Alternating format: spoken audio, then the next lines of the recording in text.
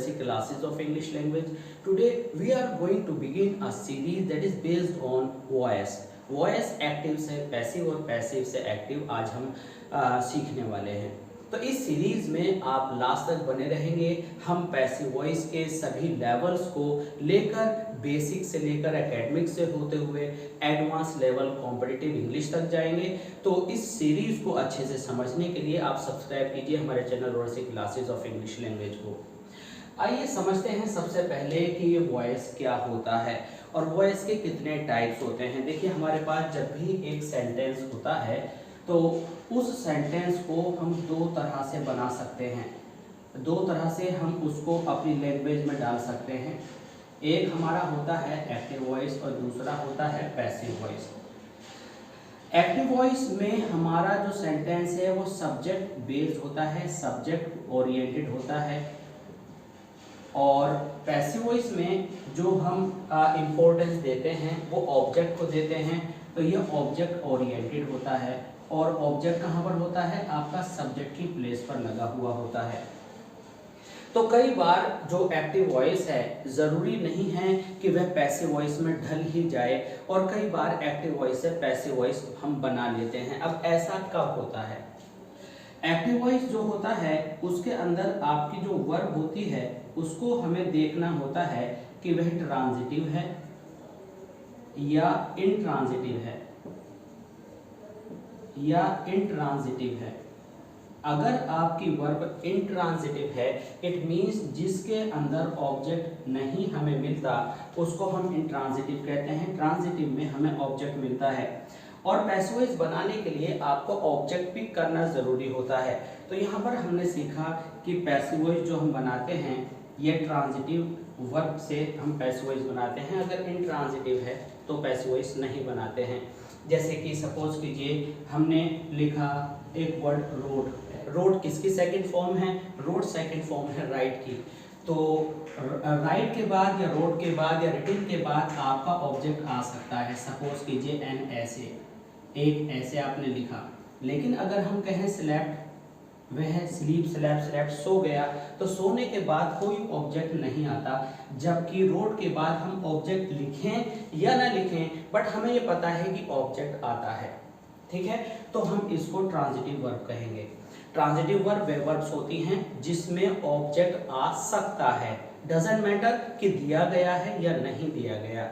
और intransitive verb वे verbs होती हैं जिनके अंदर ऑब्जेक्ट होता ही नहीं है, यानी सेलेक्ट के बाद कोई ऑब्जेक्ट नहीं आता है। तो चूंकि ये हमारी एक बेसिक क्लास है और आज हम स्ट्रक्चर समझ रहे हैं, हमने बताया आपको कि पैसिव वॉइस के हर स्टेप से होकर के हम गुजरेंगे। तो आपको सभी वीडियोस को अप टू दी एंड देखना है। तो यहाँ पर हमने सीखा कि पैसिव वॉइस बनाते हैं हम ट्रांजिटिव वर्ब्स का। अब एक्टिव वॉइस और पैसिव वॉइस में जो स्ट्रक्चर्स होते हैं, आइए अब हम उसकी स्टडी करेंगे। स्ट्रक्चर्स में आप जानते हैं कि जब आप एक्टिव वॉइस का कोई भी सेंटेंस लिखते हैं तो सबसे पहले अफर्मेटिव सेंटेंस से शुरुआत करते हैं। अफर्मेटिव क्या होता है? असर्टिव का पॉजिटिव रूप होता है। तो जब आप एक्टिव वॉइस बनाते हैं तो आपका जो स्ट्रक्चर होता है, सबसे पहले आप सब्जेक्ट लिखते हैं। सब्जेक्ट के बाद आप अगर हेल्पिंग वर्ब है तो वो लिखते हैं। उसके बाद आप मेन वर्ब लिखते हैं। मेन वर्ब कौन सी वर्ब होती है? मेन वर्ब जो वर्ब्स हैं वो बहुत तरह की होती हैं। यहाँ पर हम बात कर रहे हैं मेन वर्ब की। और main verb first form, second form, third form और आपका एसोरियस वाली फॉर्म और आईएनजी फॉर्म, ये 5 टाइप से आप देखते हैं। इसके बाद आपका अगर ऑब्जेक्ट है तो यहाँ पर आता है। ऑब्जेक्ट एक से ज़्यादा तरह के हो सकते हैं और आपका प्रेडिकेट पार्ट का रिमेनिंग हिस्सा बाद में आता है। ठीक है, जब आप पैसिव वॉइस बनाते हैं तो पैसिव वॉइस को आप किस तरह से बनाते हैं, तो इसको हम अलग अलग के अंदर यहाँ पर दिखाने की कोशिश कर रहे हैं। पैसिव वॉइस में क्या होता है, ये सब्जेक्ट है और ये आपका ऑब्जेक्ट है। तो ऑब्जेक्ट को आपने सब्जेक्ट की जगह लगाना होता है। आपको एक बात याद रखनी है, हमने कहा ऑब्जेक्ट को सब्जेक्ट की जगह पर लगाना होता है। ये सब्जेक्ट जरूरी नहीं है कि बिगिनिंग में हो। अगर आपको इंटरोगेटिव सेंटेंस दे रखा है तो ये बाद में भी हो सकता है। ठीक है। और इसके बाद आपको पैसिव वॉइस में एक जो हेल्पिंग वर्ब है, इस हेल्पिंग वर्ब में थोड़ा सा चेंज आता है और आप इस हेल्पिंग वर्ब को जो हेल्पिंग वर्ब है उसको हमने यहाँ पी लिख दिया है कि पैसिव वॉइस में क्या चेंज आता है, क्या एडिशनली आप यूज़ करते हैं, वो आपको इसमें चेंज करना होता है। और इसमें वर्ब की ऑलवेज थर्ड फॉर्म आती है और ऑब्जेक्ट यहाँ से जा चुका है, ये सारा आप कॉपी करते हैं और लास्ट में बाय के बाद ये जो आपका सब्जेक्ट था, ठीक है, यहाँ पर ये, ठीक है, जो आपका सब्जेक्ट था ये सब्जेक्ट लिखा जाता है आपका ऑब्जेक्ट की फॉर्म में, ठीक है। और ये जो ऑब्जेक्ट यहाँ से जो उठकर आया था ये होता ऑब्जेक्ट है लेकिन लिखा जाता है ये सब्जेक्ट के फॉर्म में। तो अब ऑब्जेक्ट क्या होता है, सब्जेक्ट क्या होता है, इसके लिए हम एक चार्ट सीखेंगे। आइए सबसे पहले एक एग्जाम्पल ले लेते हैं, क्योंकि बिना एग्जाम्पल के ये जितनी भी थ्योरी है ये क्या है ये आप अच्छे से समझ नहीं पाएंगे। इसके लिए हम यहाँ पर एक एग्जाम्पल लेते हैं। एग्जाम्पल हमने लिया, I taught him 2 days ago, मैंने उसे 2 दिन पहले पढ़ाया। तो यहाँ पर 2 दिन पहले पढ़ाया में अब यहाँ पर आप देखेंगे कि सबसे पहले आपका वर्क है कि आप सब्जेक्ट को आइडेंटिफाई करें, आई आ गया, ठीक है। ऑब्जेक्ट वर्ब के बाद आने वाला पहला नाउन या प्रोनाउन आपको ऑब्जेक्ट मानकर पिक करना है। हालांकि पहले के बाद दूसरा भी कोई नाउन या प्रोनाउन ऑब्जेक्ट हो सकता है, बट चूंकि हम आज इसकी स्टार्टिंग कर रहे हैं, बिगिनिंग कर रहे हैं, इसलिए हमें जो है सब्जेक्ट और ऑब्जेक्ट पहचानना बहुत ज़्यादा ज़रूरी है इस इनिशियल स्टेज पर। तो हमने पहचाना कि वर्ब के बाद आने वाला पहला नाउन या प्रोनाउन ऑब्जेक्ट होता है और वर्ब से पहला नाउन या प्रोनाउन हमें यहाँ मिला, तो ये हमारा सब्जेक्ट हो गया और ये हमने क्या किया, ये हमारा ऑब्जेक्ट हो गया। तो जब हम अभी इस स्ट्रक्चर के अकॉर्डिंग यहाँ पर कुछ यूज़ करेंगे तो हम क्या करेंगे, हम इस सब जो ये ऑब्जेक्ट है हिम, इसको यहाँ पर ही करके लगाएंगे, ठीक है। हमने यहाँ पर आपको बताया था कि यहाँ तो हेल्पिंग वर्ब नहीं दे रखी, लेकिन पैसिव वॉइस में हेल्पिंग वर्ब होना ज़रूरी है। फिलहाल ये याद रख लीजिए कि सेकंड फॉर्म का ये सेंटेंस है, सेकंड फॉर्म आने पर या डिड आने पर आपको अपने पास से पैसिव वॉइस में वॉज या वर लगाना पड़ता है। तो जो ये आप यहाँ पर पिक करके लाए हैं के अकॉर्डिंग आपने वॉज लगाया और टॉट की जो थर्ड फॉर्म होती है, ठीक है, उसको हम इसी कलर से लिख रहे हैं जहाँ पर कोई चेंज नहीं आया है। तो यहाँ पर आपने किया टॉट, ठीक है। और सारा जितना आपके पास ये बचा था पार्ट ऑफ द सेंटेंस वो आपने सारा कॉपी कर लिया और सारा कॉपी करने के बाद आपका ये जो सब्जेक्ट था आप पीछे ले गए, लेकिन लिखेंगे इसको किस में, ऑब्जेक्ट की फॉर्म में, आई का आपने मी कर दिया। तो ये आपका पैसिव वॉइस का स्ट्रक्चर हुआ। तो ये आपको सब्जेक्ट से ऑब्जेक्ट और ऑब्जेक्ट से सब्जेक्ट बदलना सीखना पड़ेगा। कई बार क्या होता है कि ऑब्जेक्ट पर जैसे मान लीजिए यहाँ नाम है मोहित, तो बाय मोहित ही रहेगा, मोहित को हम हिम नहीं करते। इट मीन्स कि जो भी नेम्स हैं वो एज इट इज रहते हैं, उनको हम प्रोनाउन में चेंज नहीं करते हैं।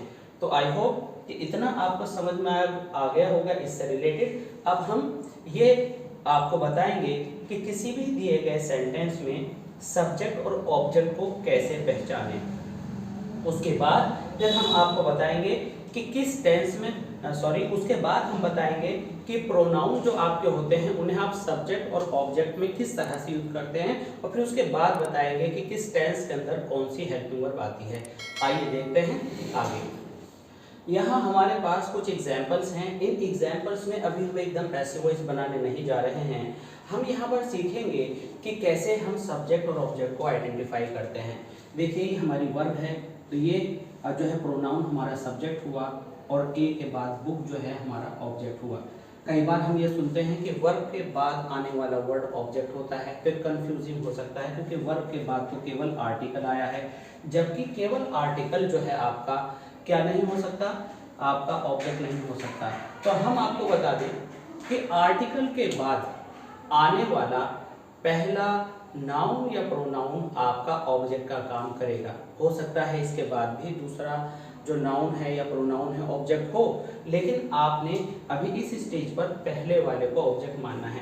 तो यानी बुक आपको मिला 2 नंबर पर, ये क्या है आपका पहला नाउन मिला।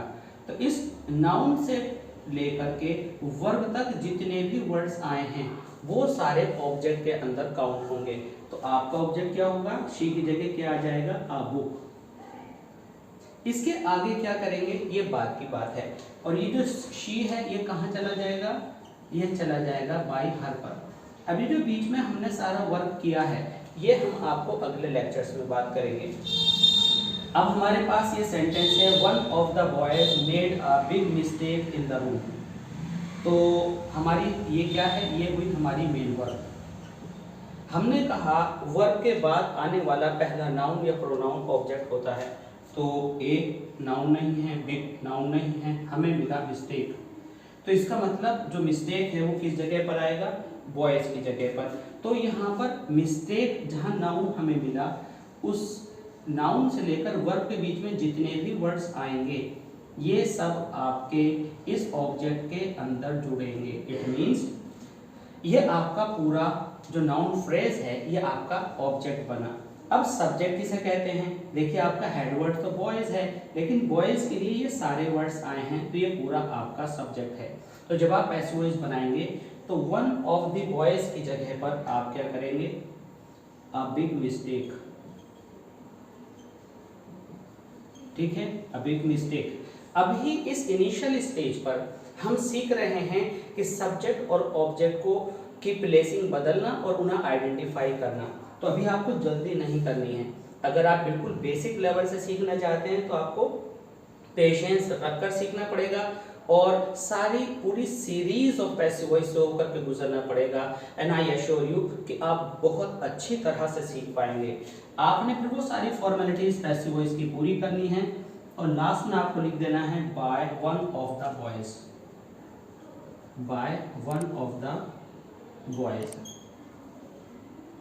ठीक है, अब हम आते हैं इस एग्जाम्पल नंबर 3 पर। यहाँ पर जो हर है, हर के 2 रूप हैं, हर अकेला भी आता है और हर किसी नाउन के साथ भी आता है। कैसे, हमने कहा उसको तो गेव हर दे दिया, और हमने कहा उसकी किताब, उसकी फ्रॉक, उसकी पेन पेंसिल, तो वहाँ पर हर के बाद आपको नाउन भी देखने को मिलता है। तो आपको ये जज करना पड़ेगा कि क्या आपका सेंस हर पर फिनिश हो गया या उसके साथ she gave me her pen, क्या हर के साथ पेन एडिड है। अगर एडिड है तो ये पूरा एक साथ उठ करके जाएगा सब्जेक्ट की प्लेस पर। ठीक है, और सब्जेक्ट की प्लेस पर जाने के बाद क्या होगा, सब्जेक्ट की प्लेस पर जाने के बाद आपका पैसिव वॉइस बनाने का स्ट्रक्चर शुरू हो जाएगा। और आप क्या करेंगे, अब यहाँ पर देखिए हर है तो आप शी बना करके पहले ले आएंगे। She was teased by him. छोटा सेंटेंस है, ये इधर आ गया, हिम पीछे चला गया, लेकिन यहाँ पर जो आपका हर है वो हर पेन के साथ है, तो हर पेन आपने पूरा लाना है। अब आप कहेंगे कि सर हर को तो आपने शी किया था, फिर ये पेन के साथ कैसे जुड़ गया। यहाँ पर पूरा अर्थ है उसका पेन, तो हर पेन में हर को शी में नहीं बदलेंगे। एक बात और यहाँ सीखने वाली है, यहाँ हमारे पास 2 ऑब्जेक्ट्स हैं। एक मी, हमने कहा था पहले आने वाला नाउन या प्रोनाउन आपका ऑब्जेक्ट होता है। अब यहाँ पर दूसरा भी आ गया, तो यहाँ पर आपका डायरेक्ट ऑब्जेक्ट और इनडायरेक्ट ऑब्जेक्ट 2 हैं। तो जो लिविंग बीइंग है उसको हम इनडायरेक्ट ऑब्जेक्ट कहते हैं। ये भी आपका एक नया पॉइंट है, इसको अच्छे से लिख लीजिएगा, समझ लीजिएगा। और जो पेन है ये आपका डायरेक्ट ऑब्जेक्ट है। ठीक है, एकेडमिक्स में शुरू के लेवल पर आप जो है किसी भी पर्सनल प्रोनाउन को ऑब्जेक्ट की तरह से पहले उठाएं। यानी पर्सनल प्रोनाउन का मतलब पर्सनल जितने भी प्रोनाउन से रिलेटेड बातें हैं वो आप हमारी प्रोनाउन से रिलेटेड वीडियोस में जाकर समझ सकते हैं कि पर्सनल प्रोनाउन क्या होते हैं। यहाँ पर जैसे मी, हिम, देम होता है तो इनको पहले पिक कीजिए और नाउन को छोड़ दीजिए। आप चाहें तो हर पेन को भी पहले उठा सकते हैं।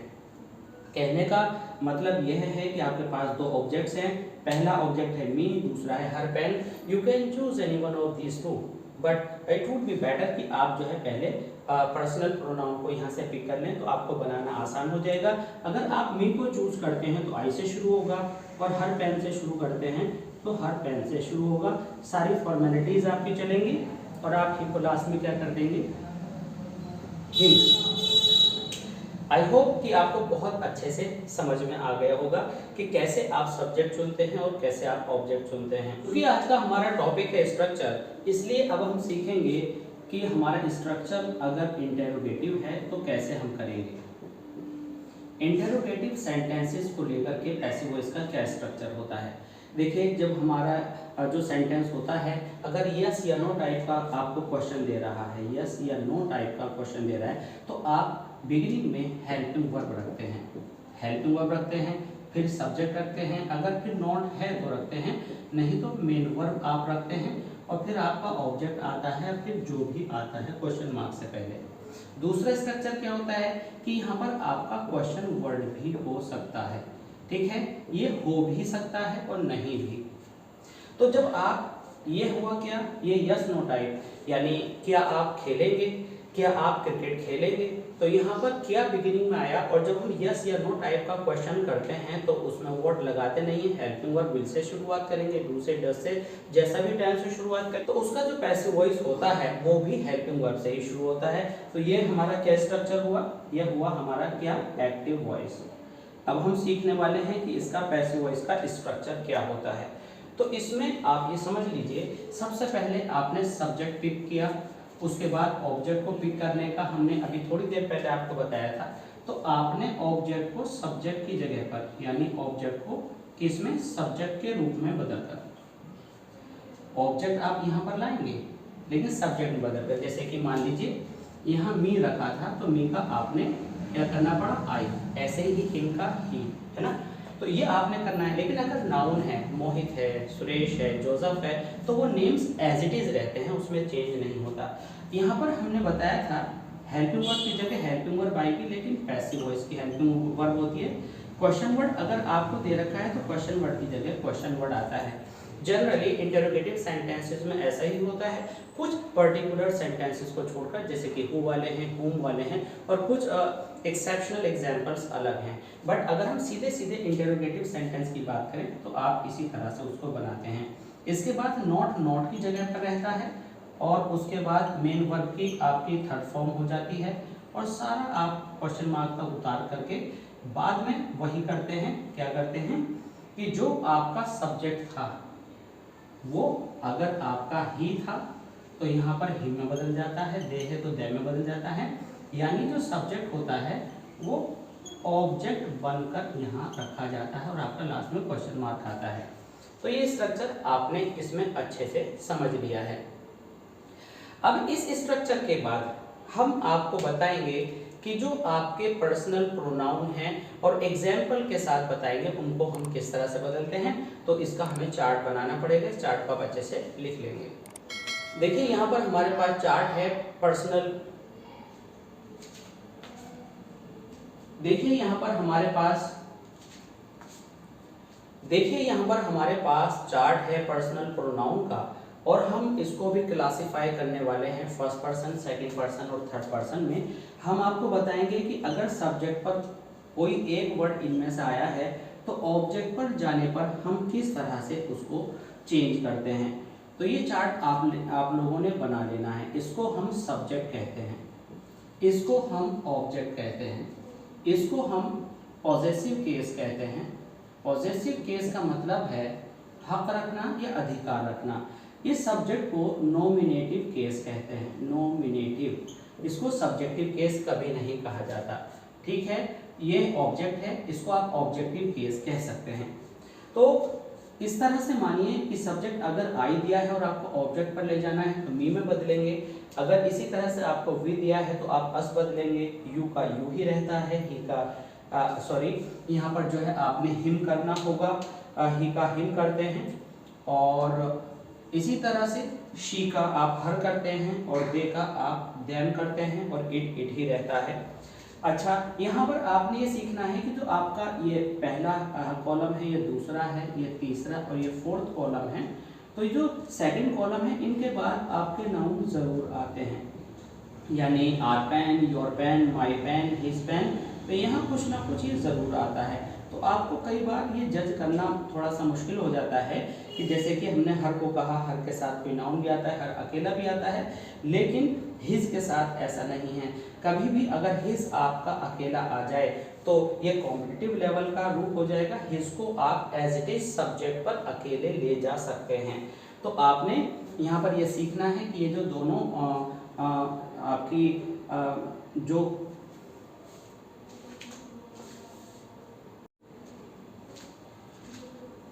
यहाँ पर आपको ये सीखना है कि ये जो दो रोज हैं ये आपकी कहलाती हैं फर्स्ट पर्सन, ठीक है, ये कॉलम है, ये रोज हैं। इसी तरह से ये 4 words you, your, yours, you जो हैं ये कहलाते हैं सेकंड पर्सन। ये आपको नरेशन में भी बहुत ज़्यादा काम आने वाले हैं। इसके बाद ये जो आपके 16 वर्ड्स हैं ये आपके कहलाते हैं थर्ड पर्सन। तो इस तरह से आपने इस पर्सनल प्रोनाउन के चार्ट को सीखा। हालांकि ये वाला जो सेकंड कॉलम है ये पॉजेसिव एडजेक्टिव होते हैं, लेकिन फिर भी हमने यहाँ पर इनको रखा है। आपका प्रोनाउन पहला नंबर है, आपका प्रोनाउन थर्ड नंबर है, एंड फोर्थ नंबर है। सेकंड आपके पॉजेसिव एडजेक्टिव्स हैं, थर्ड वाला आपका पॉजेसिव प्रोनाउन है। तो ये आपने याद कर लेना है अच्छे से। इसका भी हम एक एग्जाम्पल लेने वाले हैं, बने रहिए हमारे साथ और अभी वीडियो को लास्ट तक देखें। ये दो एग्जाम्पल्स हैं हमारे पास, आइए अब इनको सॉल्व करके देखते हैं।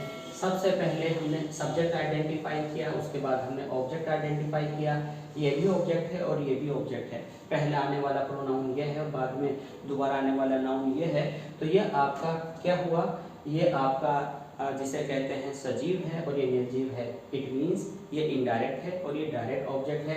तो हमने आपको प्रेफरेंस दिया कि आप पहले लिविंग बीइंग को पहले ले लीजिए। तो मी का क्या करेंगे, आप यहाँ पर आई ले लेंगे, ठीक है, और दे का क्या कर देंगे, लास्ट में ले जाकर के बाय देम कर देंगे, ठीक है। अभी पास्ट नेफिट जब भी सेकंड फॉर्म आती है तो आप वॉज, वर जो यहाँ पर आपने सब्जेक्ट के प्लेस पर वर्ड लिखा है उसके अकॉर्डिंग आप चयन करेंगे और फिर थर्ड फॉर्म करेंगे। थर्ड फॉर्म करने के बाद जो बचा है वो सारा आप कॉपी कर देंगे। और इसकी किस तरह से हम सेंटेंस को कॉपी करते हैं, किस सेंटेंस में कौन सी हेल्पिंग वर्ब लगाते हैं, ये टेंसेस के अकॉर्डिंग चलती है। और ये सीरीज आपकी पार्ट 2 से शुरू होगी और हम बिगिनिंग से एंडिंग तक आपको कॉम्पिटिटिव लेवल तक इसको लेकर के चलेंगे। आप बने रहिएगा हमारे साथ। I was given an apple, आपने इस तरह से किया और बाय करके आपने दे का क्या करना है, चार्ट अच्छे से देखिएगा तो देम आ जाएगा। अब यहाँ पर आया योर पेन, तो हमने सेकंड कॉलम बनाया था उसमें योर के साथ नाउन आया था। तो ये योर पेन पूरा पिक कर लीजिए आप। किसकी जगह पर आ गया, मी, आई की जगह योर पेन। तो यहाँ लिखेंगे आप वॉज लाइक्ड और ये आ जाएगा आपका लास्ट में यानी बाय मी। तो इस तरह से आपके स्ट्रक्चर्स पैसिव वॉइस के काम करते हैं। और अगले पार्ट सेकंड में जो कि इस पैसिव वॉइस और एक्टिव से पैसिव और पैसिव से एक्टिव भी आप इसको ट्रांसफॉर्म कर सकते हैं वाइस वर्सा। तो ये सारी डिटेल्स आप आगे सीखने वाले हैं। तो अगले लेक्चर में हम क्या सीखेंगे, हम सीखेंगे कि किस टेंस में हेल्पिंग वर्ब में क्या चेंज करते हैं, मेन वर्ब को किस तरह से लेते हैं, क्या एडिशनल वर्ड बढ़ाते हैं। इस सबको देखते रहने के लिए आप अगला पार्ट 2 जरूर देखिएगा। और चैनल अगर आपने अभी तक सब्सक्राइब नहीं किया है तो प्लीज़ सब्सक्राइब जरूर कीजिए। और कहीं पर कोई प्रॉब्लम है तो कमेंट सेक्शन में हमें ज़रूर लिखिएगा, हम आपके सारी प्रॉब्लम्स को सॉल्व करने की पूरी कोशिश करेंगे। और जो भी आपके टॉपिक्स हैं, जो आपके रिक्वायरमेंट्स हैं, वो आप फॉर फ्री पूरी ग्रामर कर सकते हैं हमारे साथ। कमेंट सेक्शन में अपनी रिक्वायरमेंट्स एंड प्रॉब्लम्स को हमें लिखते रहिए और मिलते हैं जल्दी ही आपसे। बने रहिए हमारे साथ। Thanks for being with us, thanks a lot.